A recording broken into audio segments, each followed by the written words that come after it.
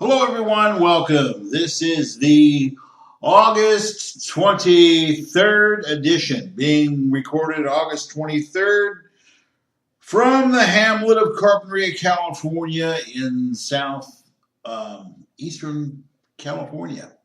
I'm Mark Janish. This is Access Media Global's flagship podcast program. AccessMediaGlobal.com is a grassroots sports site which I founded in 2010 as a one-page blog. It's now 14 pages, full-fledged WordPress website featuring some NCAA, featuring some NBA, some MLB, and some soccer and some minor league baseball in the United States, among other things. So check that out at accessmediaglobal.com. A couple of the things that are what I would term standard programming. Player FM, once again, has brought another edition of the Richard Deitch Sports Media Podcast. Would like to thank Richard for responding to me via Twitter. Mark at Access Media. You can get, that's the handle. My name is Mark Janish, Janisch. You can follow me on Twitter. It's my second Twitter account. The first one is locked and cannot be accessed at this point with 193 some followers. But we want to continue to nurture the love of sport. But for today, unfortunately, the subject is coming around to college football and Urban Meyer. Urban Meyer, successful coach at Florida State University.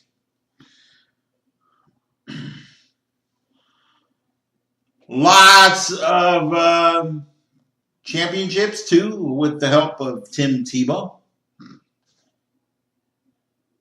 However,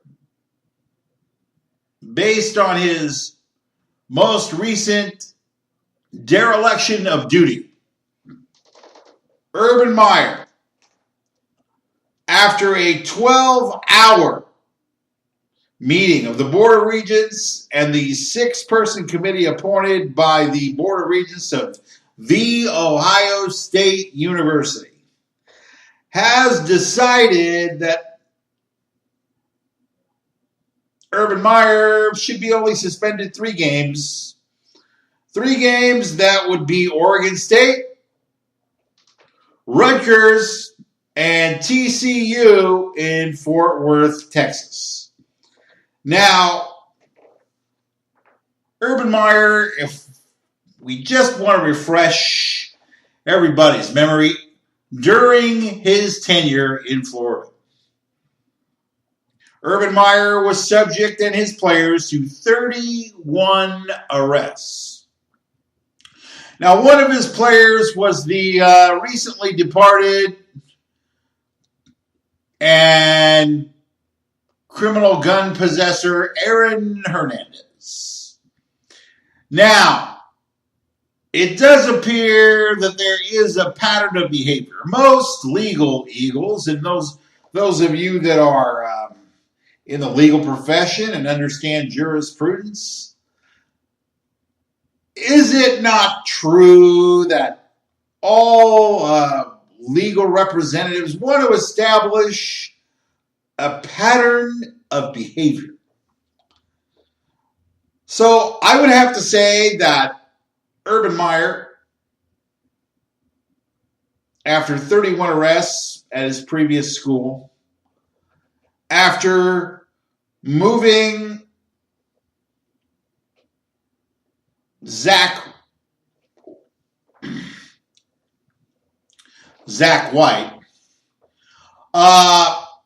from 2009 to 2018 on the staff of the Ohio State University as a receivers coach.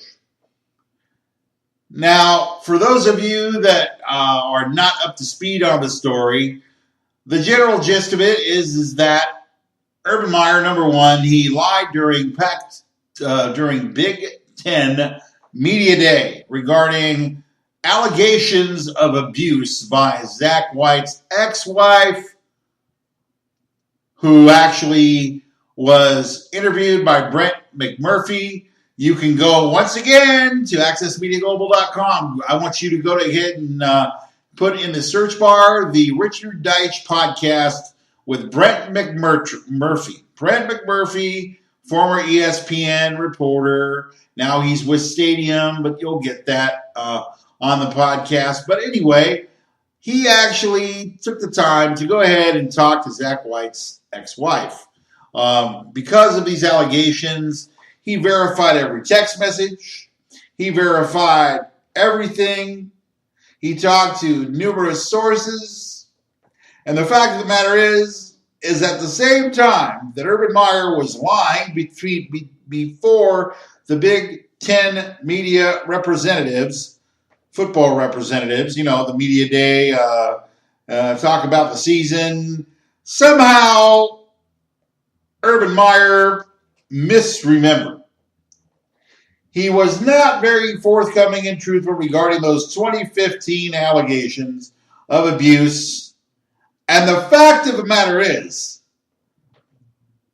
Urban Meyer didn't look good yesterday. Now, yesterday I was not home. I was actually at my paid job, which is important, as we know. Have to show up to work on time and all those good things. So I'm just going off of 2 or 3 ESPN sources. I haven't had time to go through the 23-page investigative report that The Ohio State University put out.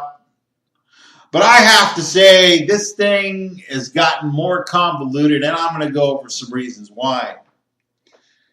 Number one, first of all, Urban Meyer does not appear to be able to say that he lied. Obfuscated, you can give it, semantics, and you can use all the verbiage and the vocabulary you want, but Urban Meyer lied. He compounded his lying by not releasing Zach White as recommended by the athletic director, who was also suspended yesterday without pay for 2 weeks. From August 31st to September the 16th, he will be collecting no pay regarding the mishandling of this situation. Now, many would say, well, Urban Meyer should not be held accountable for what Zach White did to his ex-wife, and the fact that Zach White's interview with ESPN, it was a study. I mean, if you are an analyst of body language and mannerisms, and you're tuned into physical communication, I'm going to tell you, I saw a guy who was on the defensive. I saw a guy who tried to make his wife, Courtney, ex-wife, the victim, okay? And the reason Zach White is on the defensive is because he knows, he admitted on one hand that he did some things wrong, but that those things should be kept amongst him and his family, et cetera, et cetera, et cetera. And there's a part of me that agrees with that, but the body language. So Zach White is being interviewed by ESPN. And his eyes.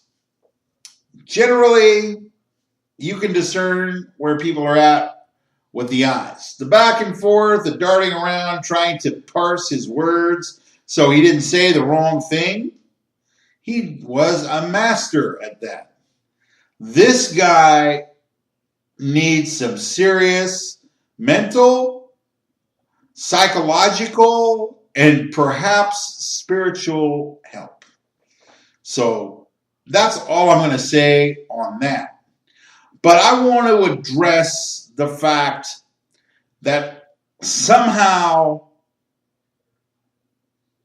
in the annals of the NCAA, and specific to the folks in Columbus, Ohio, it is amazing to me that you can get around the truth. They did everything in Columbus but fire Urban Meyer. I don't know what it is, and I'm not the moral ruler and judge here, but I have to say, if it was any other coach, he would have been fired, because the 23-page report indicates a lot of deviant sexual behavior on the part of Zach White. But the fact of the matter is, Urban Meyer, I don't want to hear how great a man Urban Meyer is. Related to his faith, we all make mistakes. We all screw up, Urban. But Urban failed to admit that he screwed up. However, he did say, well, I was doing more thinking with my heart than my head. And that's, the ex-wife of Zach White.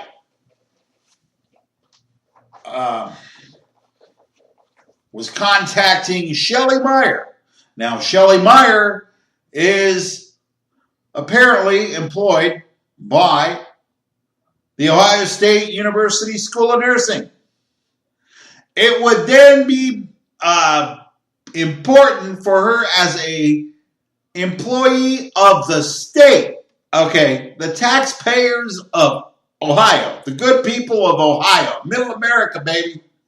Middle America, Rust Belt, hard-working folk, hard hats, lunch pails, and the whole bit, man. Hard-working folks.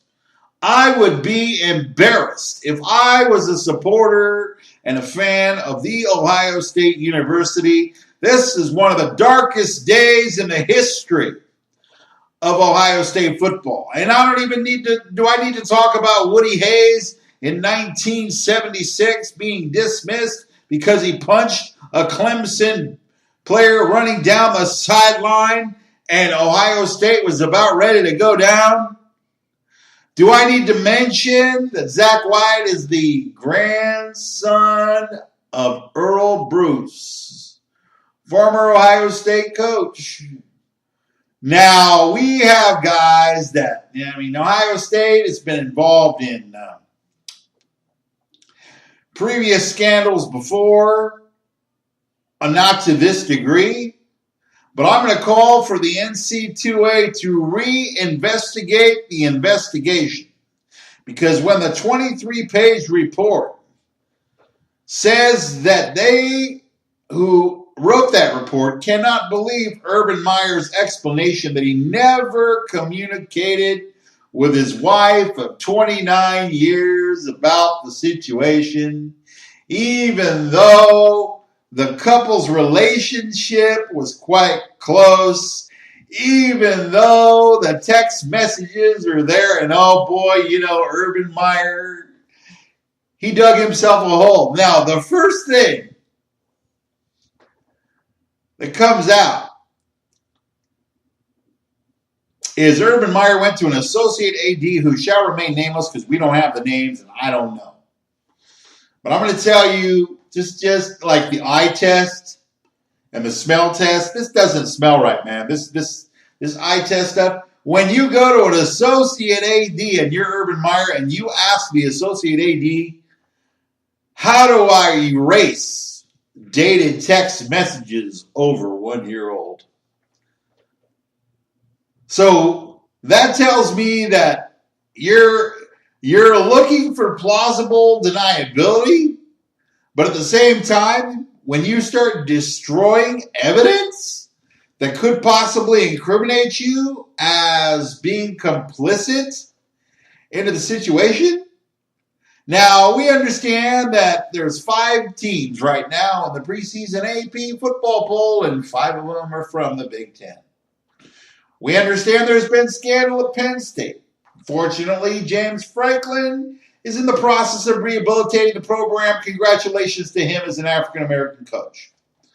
We also know that Jimmy Harbaugh Jimmy Harbaugh, former coach of the San Francisco 49ers, he wanted to be Mr. Michigan, go blue, and he's had mixed success in the recruiting area. He hasn't won as many games as the Michigan faithful would like, but,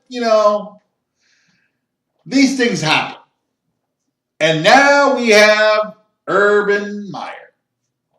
So the trail of Urban Meyer's cover-ups are 31 arrests at Florida State.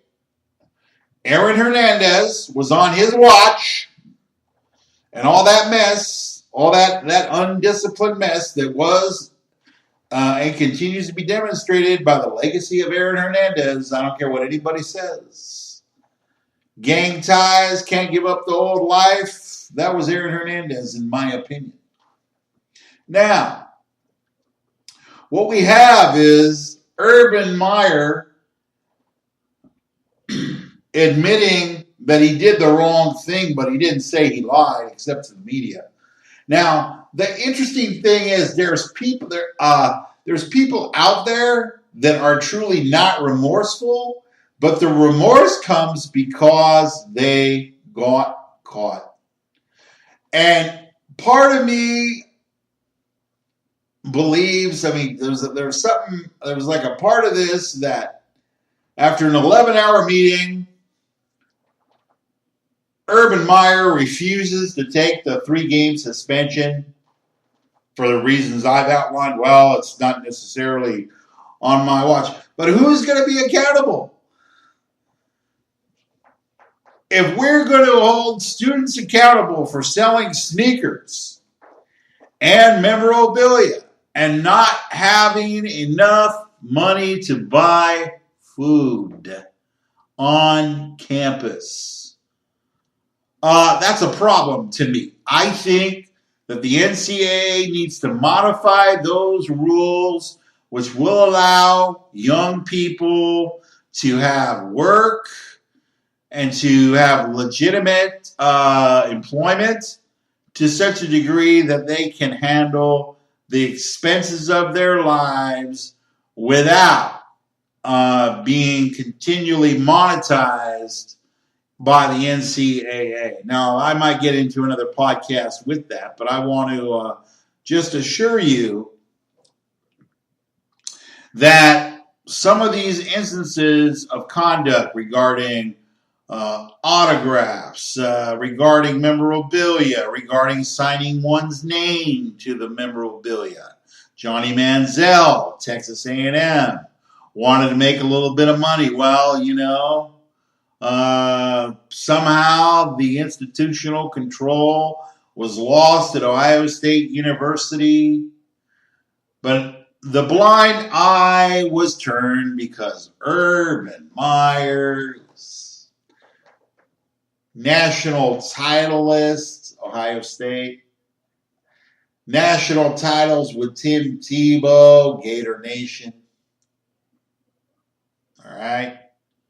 Now, this thing is getting bad because the people that didn't know, the people that did know should have reported. All right.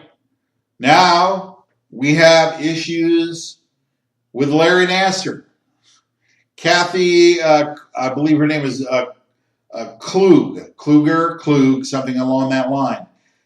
She's facing 4 to 5 years in prison because of a misdemeanor and a felony lying to authorities. Now, it might be that Urban Meyer,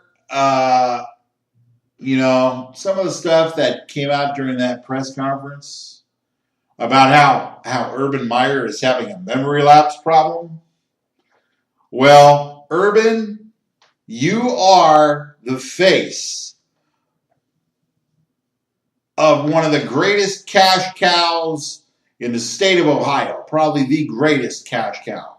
What you do affects lives. Now, we can talk in the United States, we talk about our political leadership, but I want to pose a question. How can How can Urban Meyer expect his kids that he recruited to fall in line and to follow an example when Urban Meyer chose not to release Zach White in a timely manner as recommended by the athletic director in 2016? Number two, he didn't report the abuse. He gave Zach White second, third, and fourth chances. Why? Because he was the grandson of the legendary Earl Bruce, former Ohio State University coach. Now, you're going to tell me that Shelley Meyer, his wife of 29 years, was not going to share anything with Urban Meyer regarding those communications because of whatever reason. The Ohio State University investigating committee, they weren't buying that, okay? But I want to say this. I think the NC2A, for number one, needs to reform the rules regarding student athletes getting a stipend, getting some established amount of money, maybe $200, $300, $400, $500 a month for meals and other stuff, other ancillary stuff that you need on campus. Maybe you need some gas money for your vehicle if you drive. Maybe, things like that. But what I am saying is, I don't want to hear the moral. I don't want to hear Urban Meyer moralize.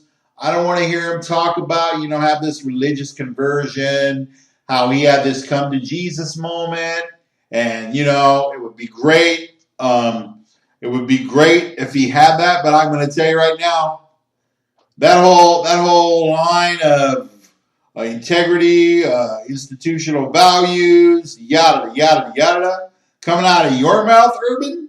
I am so sorry. Your reputation has been sullied, and I'm not going to say along the lines of a Joe Paterno, but the fact of the matter is you are the face of Ohio State University, and what do? You screw it up.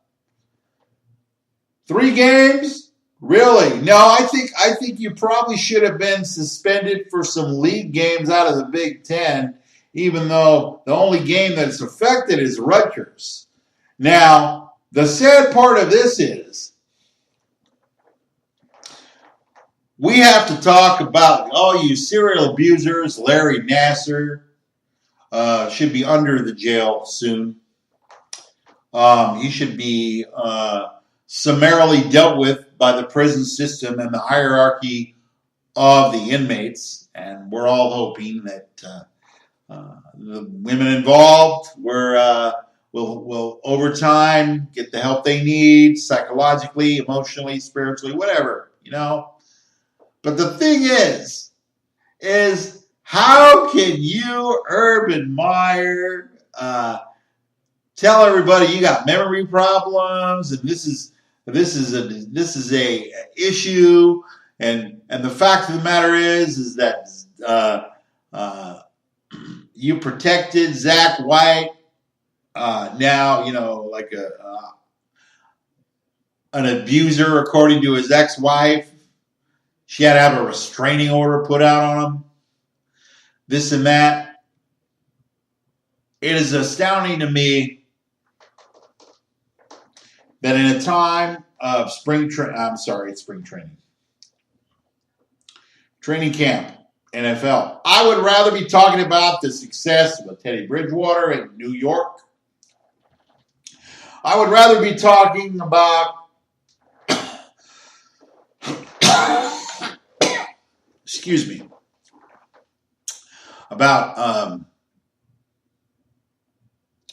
Baker Mayfield and Tyrod Taylor battling it out for the starting quarterback spot in Cleveland. And will Cleveland win more than one game? Because certainly Deshaun Kaiser was not the answer last year in the NFL. I would like to talk about why Aaron Donald has not been signed by the Los Angeles Rams at this time. You can go out and you get free agents because your salary cap positioning based on rookie contracts, and I need to continue to pound that into the minds of Ram fans from across Southern California and around the United States and around the world. The Rams are leveraging, they're doing a smart thing. They're leveraging rookie contracts that they have still in play to where they're not going to be over the salary cap, but they're going to be paying not a lot of money out this year. But as these rookie contracts of a Jared Goff continue to expire, for example, they're going to have to put out some serious money. But in the meantime, they have many guys under player control, under rookie contracts. This means they can pay you whatever they want to pay you up until the second or third year where restricted free agency, franchise tags, and other stuff come into play, which is going to cause the Rams' payroll to have to increase. So the Rams have about a 1-year window. Hear me one more time. The Los Angeles Rams have about a 1-year window to do their damage. Now, next year and the year after, as they get into the new stadium, 2021, 2022, now this has been extended, and do all that kind of stuff, it's amazing to me that we have to deal with this type of stuff. So the Rams are going to be good. Aqib Talib, Marcus Peters, Namakam Suh. Hopefully he can be disciplined under D coordinator Wade Phillips. Hopefully the Rams will decide to play better in the playoffs. Yes, I said the playoffs, folks. Everybody's going to be on the Rams bandwagon. We love to have them. Well, love to listen to them here in Southern California. Watching the Rams intently. We're also going to be watching the Oakland Raiders under John Gruden. And, you know, is it possible that Mark Davis, with no cash flow until October, based on the payment schedule of the NFL, is going to have no money to pay Khalil Mack? Well, if you're into October, first of all, that is about 5 or 6 weeks into the season. If you're waiting for that to happen, then you did not plan well. But in the meantime, Khalil Mack is still waiting to reset that market. It's possible that Aaron Donald is also waiting for Khalil Mack to be signed, or vice versa. This way, if you're the second guy in line, at least you know what the market will bear for your services. Okay? Now, the Raiders need Khalil Mack, but let me say this. The ego of a successful guy like a John Gruden, who thinks he can develop quarterbacks as if they were Tesla automobiles, and everything's just going to work out fine, be grand, be beautiful, all this stuff. John Gruden hasn't seen a starting quarterback worth his salt since 2002 and Rich Gannon. Okay? He has not coached in the league for over 10 years, and I think he only made the playoffs like twice in his former stint as Raider coach. Now, the fact of the matter is the Raiders were they were one of my picks to contend in the AFC along with Pittsburgh and New England, of course. We all know what happened there, 6-10. I don't know. Some weird stuff was going on with chemistry. John Gruden setting the Raiders up for Las Vegas. He needs to make something happen here. Now, if the Raiders don't want Khalil Mack, and they've been shopping, as reported, Khalil Mack to the Jets, anybody that gets Khalil Mack, the approximately 11 to 12 teams that are showing interest. More power to you. But I have to say, the Raiders of Oakland, it's amazing that you didn't plan for this. Nobody plans for extensive holdouts, but guys get fined. So, at this point, all I can say is stay tuned. We're hitting week 3 this week. Going to be in week 4 very soon. Roster cuts September 1st. Mark that down. The 53-man roster has to be into the league by September 1. You also have guys that will be acquired off waivers to assemble the 8-man practice squad,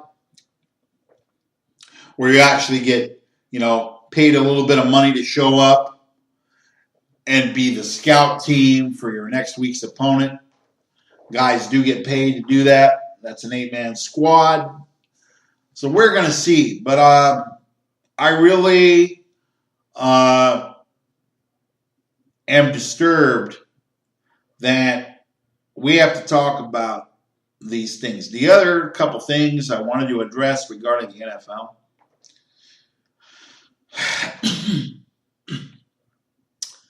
Number 1,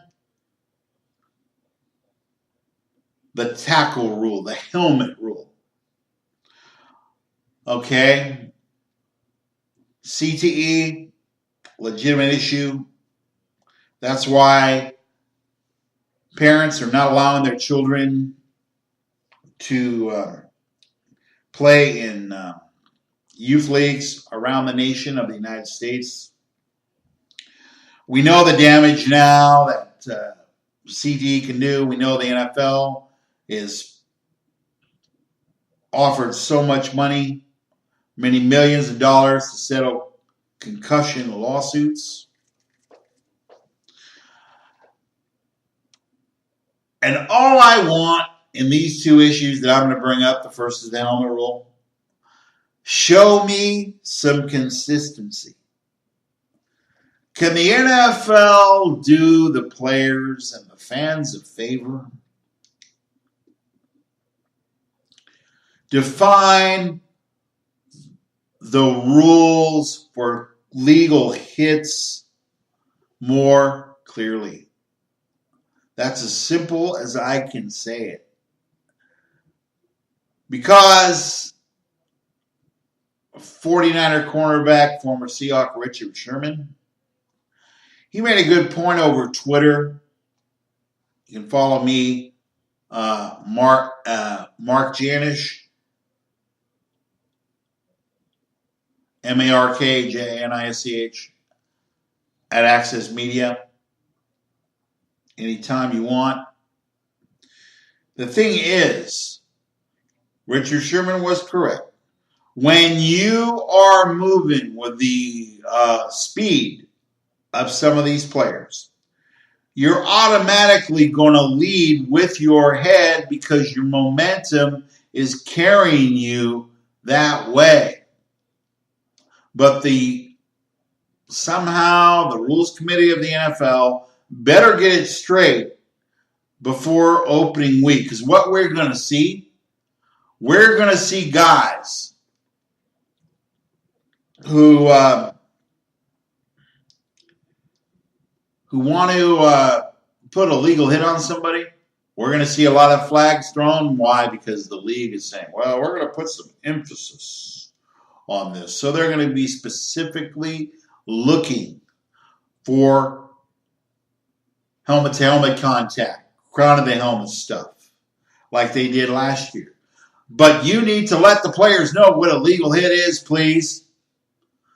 Because in your efforts to reduce game times from 3 to 3.5 hours, I guarantee you there is going to be more flags and yellow laundry flags on the field than has ever been seen. Guys are going to get penalized. They're going to get fined. And the complexion of games is going to change based on the ability to flip field position.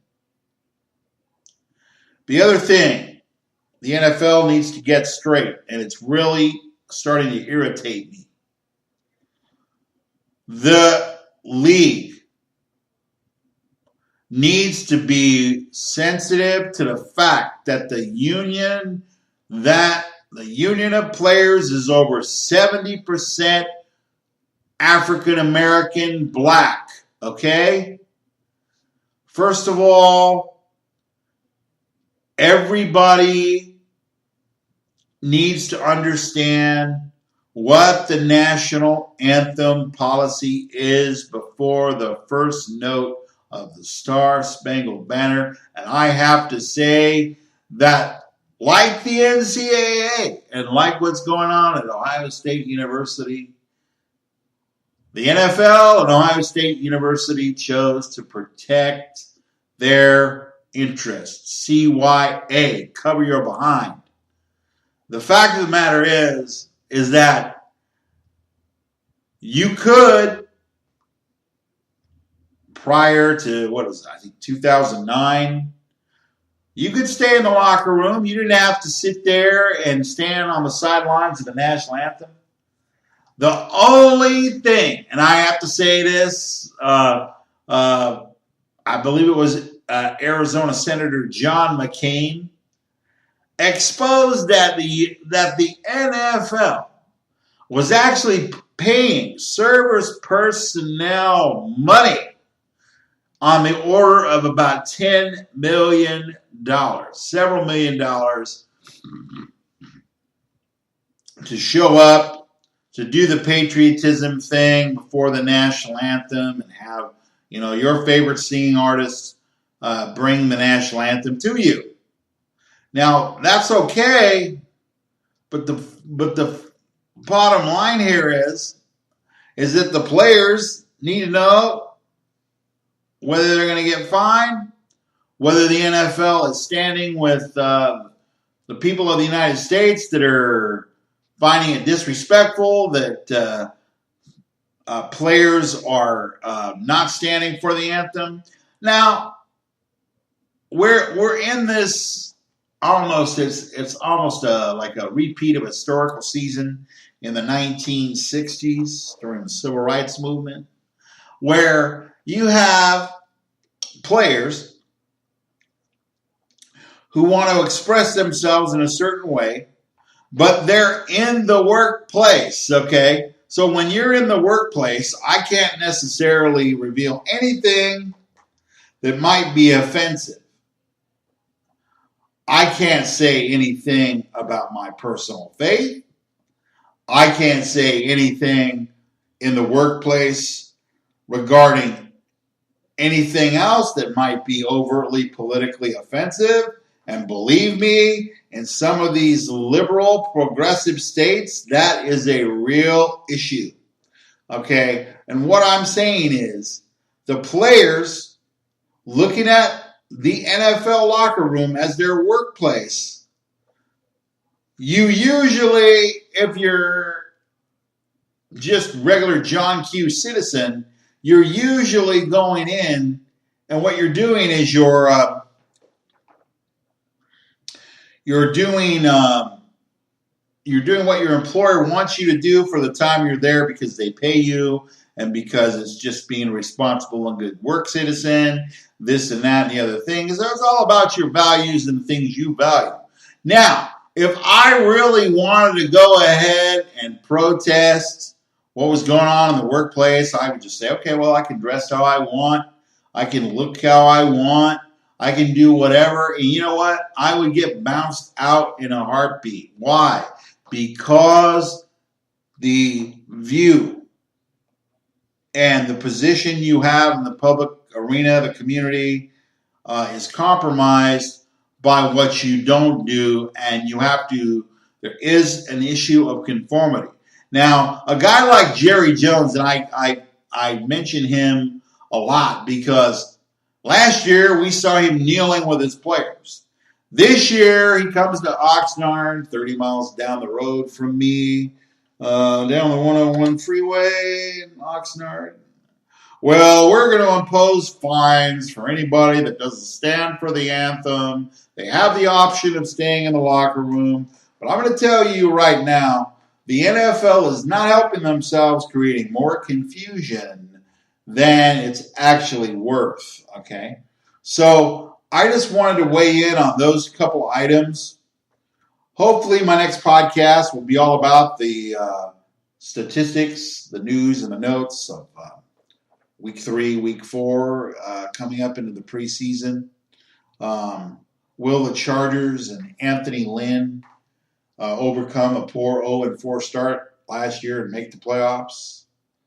Will the Chargers finally realize and start seeing a decline in the performance of Phillip Rivers, who was out of the same draft class in 2004 as Eli Manning? And Eli Manning's getting a lot of heat, folks. All I can say for Eli Manning, he needs to thank the football gods for Saquon Barkley. First of all, Saquon Barkley might yet be the next Adrian Peterson as he was in his prime. Adrian Peterson is not in his prime, of course, and that's why he's begging for a job with Jay Gruden and the Redskins. Okay, so hopefully we'll get back to some football. I'm going to be looking to continue to comment on these things as they come up. Don't mean to bore you all with some of the issues, but when these issues come up, I'm committed to addressing them. This is an exclusive presentation of AccessMediaGlobal.com. You can go to Spotify. You can go to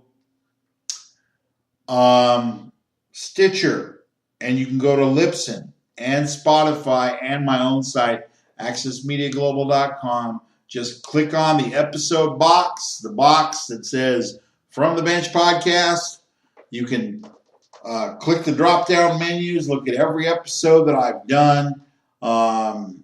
This is a grassroots website. I'm the only one here. I'm the only one running it. I could do great things if I had a staff of about 10 or 15. But it's only me, folks. But I'm hoping you're enjoying some of this, grassroots content that you can only get at AccessMediaGlobal.com. I'm Mark Janish, wishing you a very pleasant good evening. Some things you can look for on the website at this time. Jimmy Trena, the SI Media Podcast with WFAA reporter and Dallas Cowboy announcer. He's up now, the Jimmy Trena Podcast, SI Media. Richard Deitch, who I mentioned earlier, he's up with Adam Schefter is one of his two guests. And then Shine Oambike is on as a guest on the podcast. I would suggest that you listen to the Adam Schefter portion. Very, very enlightening, very much a different side of Adam Schefter, NFL reporter, ESPN, and before that, the NFL Network, regarding some of the experiences in his life related to the tragedy of September 11, 2001, and the falling of the Twin Towers. That should wrap this edition, this 45-minute edition of the From the Bench Podcast. I'm Mark Janish. Keep coming to AccessMediaGlobal.com. We're growing the audience slowly but surely. Tell your friends. You can enjoy Around the League podcast. A couple of those are up, courtesy of NFL.com. And happy to have Chris Westerling along. The Around the League podcast. We also do the Total Soccer Show. Some podcasts are up. And this week, I think I'll probably get back to some baseball tonight with Buster Olney, seeing us how some of the races, especially in the National League and especially in the American League West, have tightened up. I haven't forgotten you, baseball fans. Following the game religiously, it's one of my favorites personally, but can't spend all my time talking about baseball. Kind of got to spread some things out to continue to get the quality audience that I think this podcast deserves, and accessmediaglobal.com. So for now, August 23rd, edition 2018 of the From the Bench podcast is over. We'll talk to you down the line. Stay tuned at accessmediaglobal.com for more. And once again, Mark Janish at Mark Access Media on Twitter. Have a great day, everyone. Wherever you're listening to this podcast, Spotify, Stitcher, and Libsyn are options for you. Have a good day, everyone, and thanks for listening.